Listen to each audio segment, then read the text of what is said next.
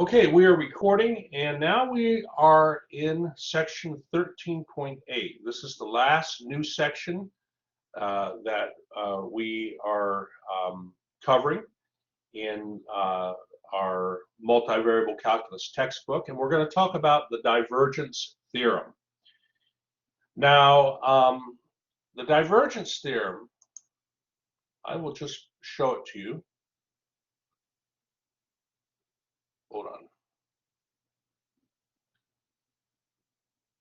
Here it is. So divergence theorem is to help us find flux, but we have to be very careful. It's under certain conditions. So if we look at the theorem, I want to highlight it.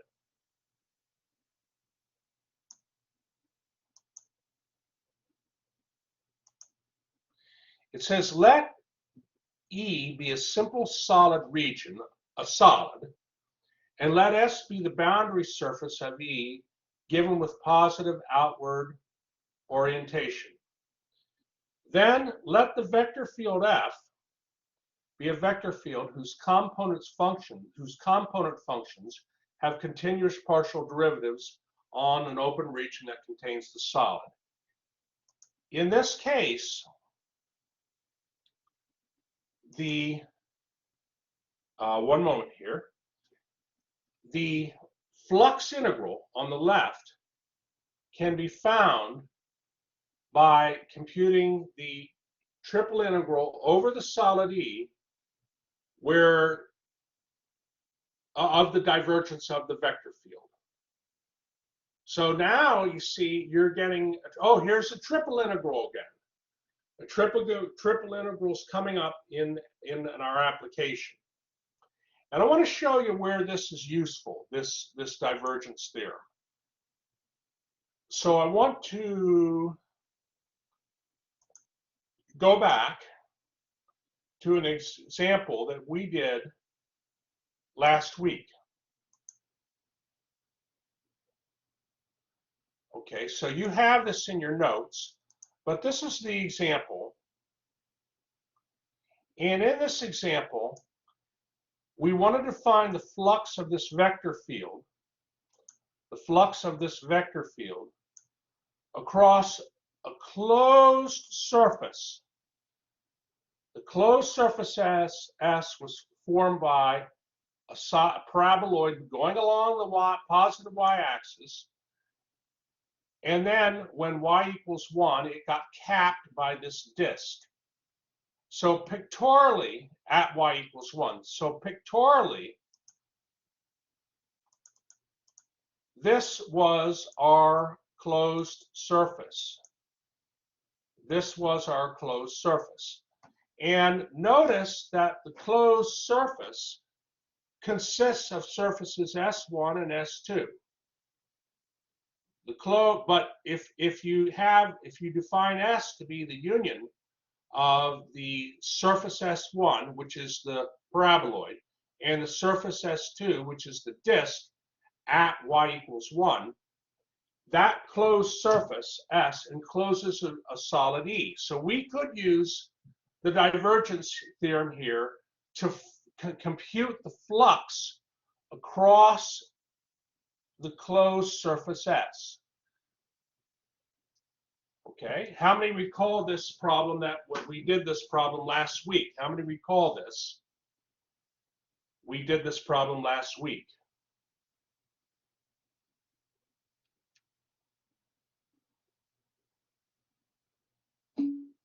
Okay, Norina recalls it, Lexi recalls it. And what did we have to do? We had to find the flux across surface S1 and surface S2, which means that we had to parameterize, well, we had to find the vector function of two parameters that traced out surface S1, and then we had to find the flux for that surface. That was negative pi. And then along that second surface, which is the disk, we had to find the parameterization for that the vector function of 2 parameters for that disk. And then we had to find the flux across that second surface, that disk surface. And that was equal to pi. Now, to get the total flux across the S1 and S2, in other words, to get the total flux across the surface S, which is the union of S1 and S2, you have to add up the flux rates across each surface, and we got a net flux of 0. And you had a problem like this in the homework. Well, it was a different surface, but you had one where you had 3 surfaces, right? And you had to find the flux across each of your 3 surfaces and then add up those flux rates. We're going to do the same. We're going to do the same problem again, but we're going to use the divergence theorem. Okay, so because we can use the divergence theorem for this particular example, because our surface S, which again is the union of the paraboloid and the disk, it's a closed surface that contains a solid E. So we're going to do this problem again. We're going to do it again, but we're going to use the divergence theorem. And I think you're going to really like the divergence theorem after seeing this. So let me go ahead and let you copy this example again. But notice now we're using the divergence theorem to find the flux across the closed surface. Let me give you a moment to copy this example down.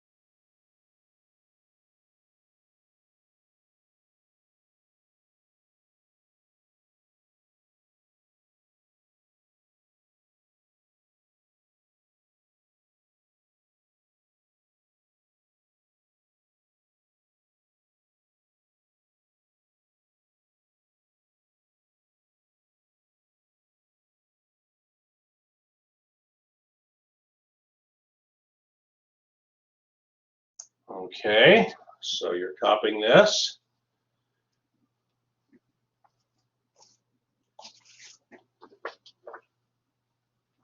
So the key here is that we have a close, hold on. I want a little bit smaller font.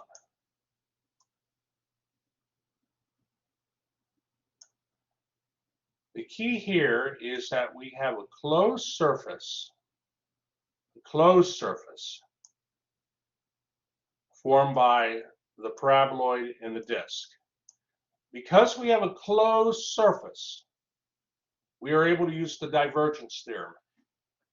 If you did not have a closed surface, you could not use the divergence theorem. But we do have a closed surface in this case, so let's use the divergence theorem. Here we go. So I've drawn a picture of the surface S.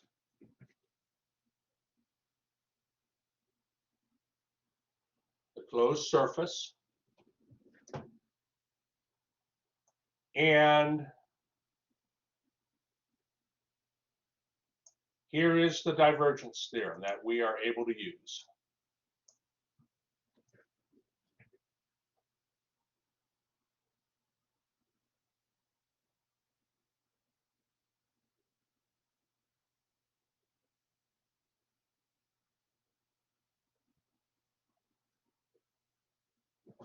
Okay, let me give you a moment to copy that down. Please let me know if you have any questions, okay? Please let me know.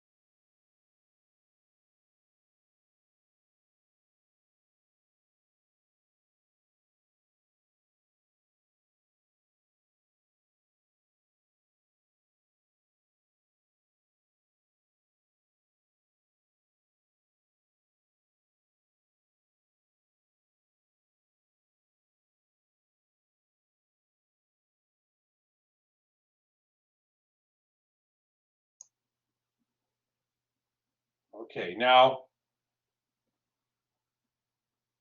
the reason I have this little picture here, and I guess there's a little typo, isn't there? This should be this here should be z is r sine theta. So, you know, with the triple integral, we know we're going to take the solid e. We know we're going to take that solid e. I mean, you know, the limits, right? For the limits, I guess I will hold on here. I'm going to add a little bit of stuff to the picture here. One moment.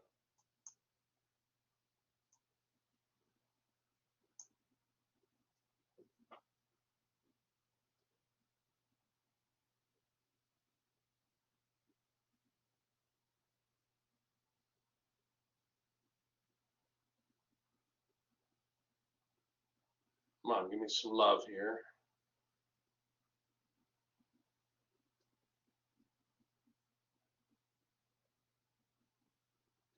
Okay, so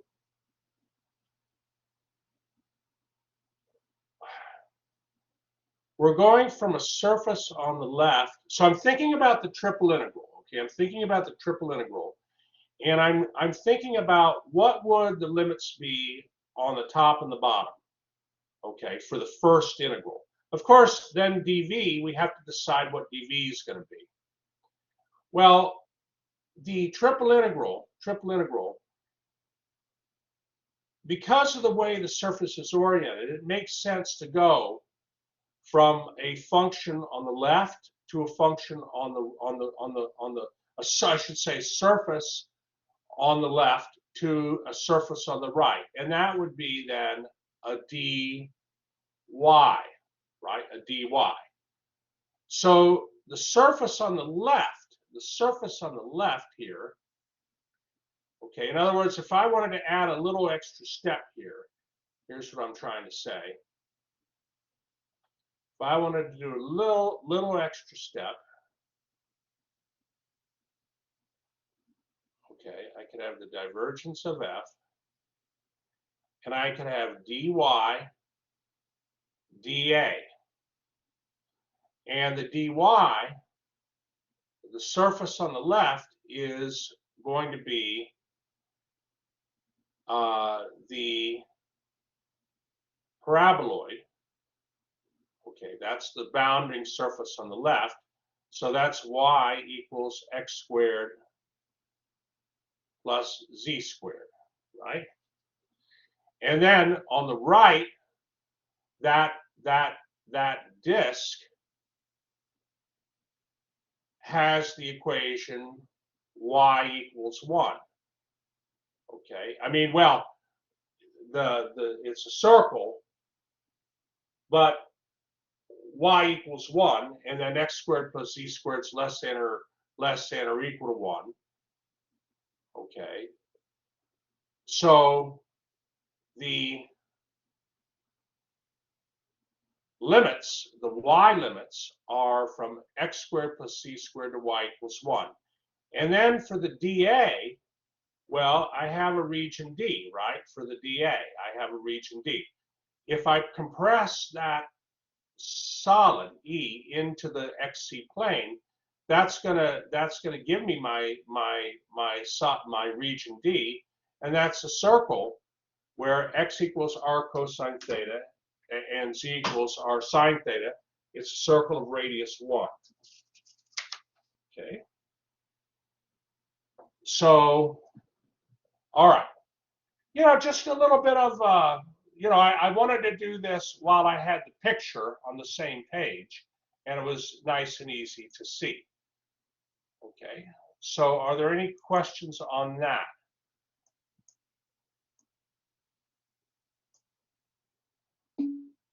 All right, Yeva's good. All right, good.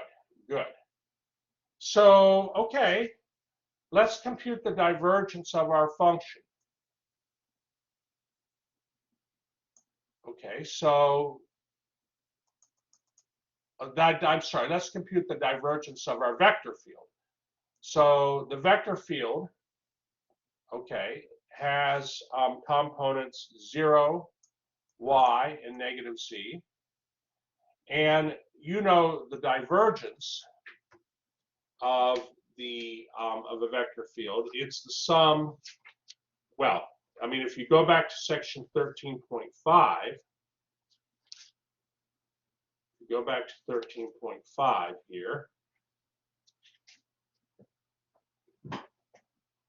You know, the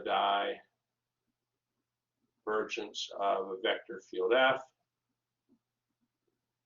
is a partial derivative of P with respect to X plus the partial derivative of Q with respect to Y plus the partial derivative of R with respect to Z. And we have P, Q, and R, those components right here. So we add up the sum of the derivatives and we get a 0. Isn't that amazing? We got a 0. So this means that the flux across that surface, that closed surface, is the triple integral over the region E of 0 dV, and that's just going to equal 0. Okay, and below I put in, like, I could have stopped here. Okay, I could have stopped here, but just for practice, I put in down here some limits, and obviously for the dA, I'm going to use polar coordinates for that part. But look at that. Remember what for this problem when we did it with section 13.6, we added the two flux rates across the flux rate across the paraboloid, that was equal to negative pi. The flux rate across the disk, that was equal to pi. We added negative pi and pi, and we got 0. Well, and it was a fair amount of work to do that, right? Well, with the divergence theorem, we were able to get all that done in like 2 steps. Well, more than 2 steps, but how many are thinking, man, I like the divergence theorem? How many of you are thinking, I like the divergence theorem? When I have a closed surface, I'm going to try to use the divergence theorem. Instead of adding up the flux to find the flux across the entire surface, I'll do that instead of adding the flux rates across each surface. All right, Norina here knows what I'm saying. Now, on the final exam, are all of your surfaces going to be closed surfaces? No, they're not. So you still have to be able to do what you learned at section 13.6. But if you do have a closed surface and you're looking for the flux rate across the closed surface, the divergence theorem can really help you a lot. It can save a lot of time, and I would expect you to use the divergence theorem.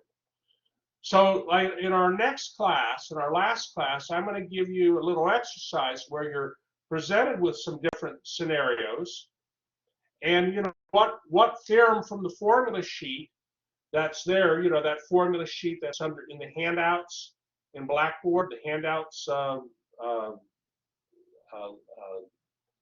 link in the menu, you know, or tab in the menu. What formula is the right one to use? Because you know, knowing the right formula to use is half. I mean, that's certainly important, right?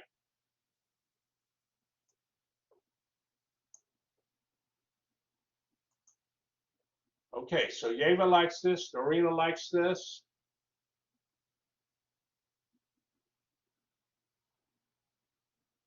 Who else likes the divergence theorem?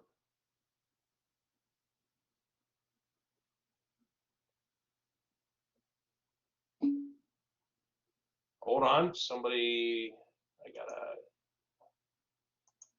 Abby likes it. Okay, hold on, wait. Or, hold on here, I gotta check.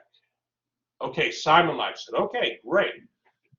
Well, what I'm gonna do, class, is I'm gonna give you some time here to work on section 13.8. I mean, I wanted to do this example.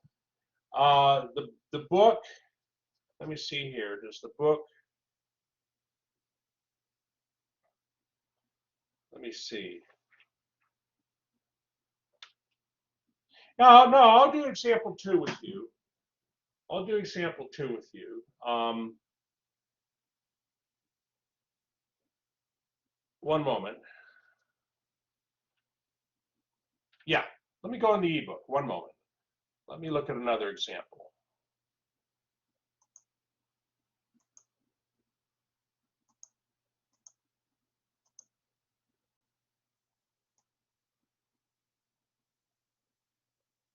Yeah.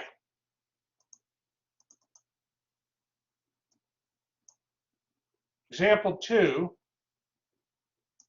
Okay, they want you to find the flux for this vector field, where S is the surface of the region E bounded by the parabolic cylinder Z equals 1 minus x squared, and the planes Z equals 0, Y equals 0, and Y plus C equals 2. Okay. So pictorially, this is what we're looking at. This is what we're looking at. And you had a problem similar to this in your homework, only it was a cylinder. Well, it was a little bit different, actually. I don't want to relate it, but you know what I mean. So, okay, there is the parabolic cylinder, z equals 1 minus x squared. So you take the parabola z equals 1 minus x squared and move that along the y-axis. I'm sorry, hold on. Yeah, z equals 1 minus x squared. You take that parabola and move it along the y-axis to the right, because you're bounded, and then you're bounded on the left by y equals 0. That's the xy plane. You're bounded below by the you're bounded on the left, this solid that's bounded on the left by the xc plane. That's y equals 0. This solid in figure 2 is bounded below by the xy plane. That's z equals 0. Then the solid is bounded to the right by the plane y plus c equals 2. That cuts it on the right. Okay, and so y equals 2 minus z. So, okay, first we have to compute the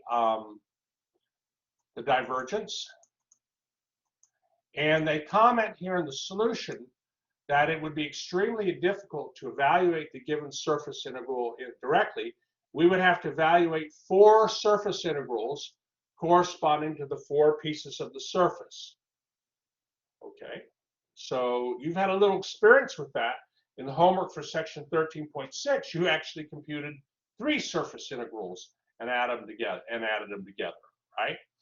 Well, this one you would need 4. All right, so the divergence of the vector field turns out it will equal 3y. And let's see here. What would the limits be? Now we got to figure out the limits for our triple integral. So for figure 2, let's see how we would want to do this. It would make sense to start with a surface on the left to the surface on the right. So that would go from y equals 0 to y equals 2 minus z. And then if you project that, I want to say this the right way. If you project that solid down into the, hold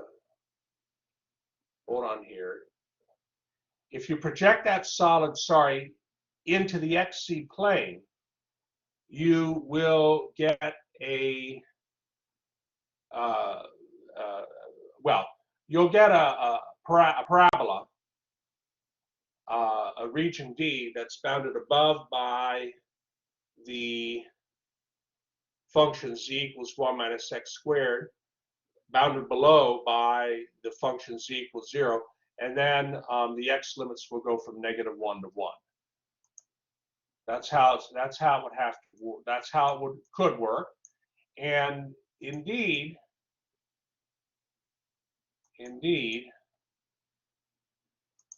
when they do this, they did exactly that. They did it dy, dz, dx, dy, dz, dx. And they got 148/35 in the end.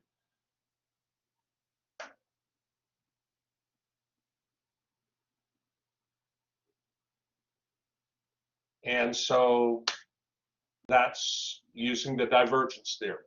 Definitely a lot faster when you have a closed surface. How many are liking that divergence theorem even better? Even better after seeing this example? Okay, Logan, here's what I'm talking about. Good. Yevana is hearing me. Good. Good. Okay. So Norina hears me. Excellent. Are there any questions on the divergence theorem?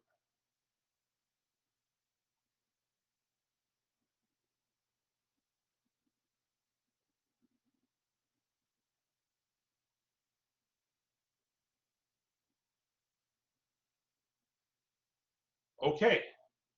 All right. So for this example 2, the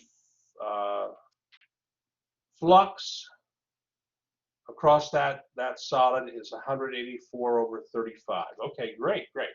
All right. Well, if there are no questions, I'll stop the recording. Very good.